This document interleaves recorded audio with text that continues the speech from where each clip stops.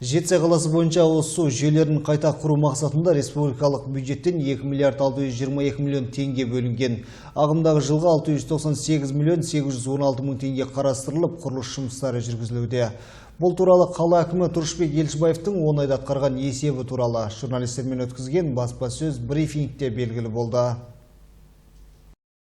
Қаладағы таза ауыз судың мәселесін түбегейлі шешу мақсатында жоба сметалық құжаттары 2019 жылда әзірленген. Сумен қамту жұмыстарын Строй жол сервис жауапкершілігі шектеулі серіктестігі жүргізуде. 3 жылға жоспарланған құрылыс жұмыстары 2023 жылы аяқталмақ. Қала аумағының 99,7% табиғи газбен қамтамасыз етілген. Бұдан бөлек аймақтағы абаттандыру жұмыстарымен таныстырды. Аудан әкімі келгеннен қолға алып отыр, дендропарк саламыз деп мына көпірден оң жақтарыңызды бар, 35 гектар жер, сөйде тұт бар, сол айналасынан үлкен дендропарк демалатын орын салынады алдағы күндерде. Оның тиісті құжаттары бәрі істеніп қойды. Енді қаражат бөлінсе бастайды онда.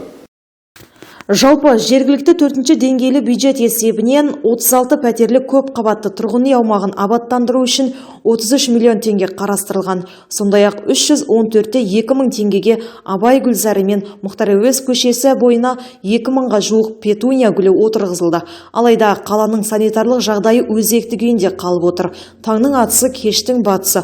Осы тірліктің басында жүрсек те, қоқыс көлемі азаяр емес деген қала басшысы жергілікті тұрғындарға өкпелі сыңайла.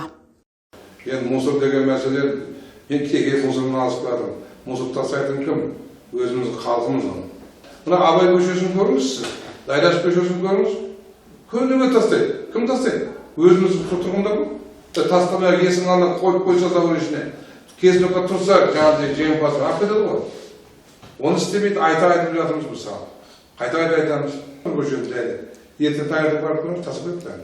Жалпы ұзындығы 126-да 9 шақырымды құрайтын ішкі көшелері 201, оның 36% қанағаттанарлықсыз жөндеу жұмыстарын қажет етеді. Ал әзірге аудандық бюджет есебінен 3 шақырымды құрайтын 5 ішкі көшеге 47 миллион теңгеден астам қаржы қаралып, орта жөндеуден өткен.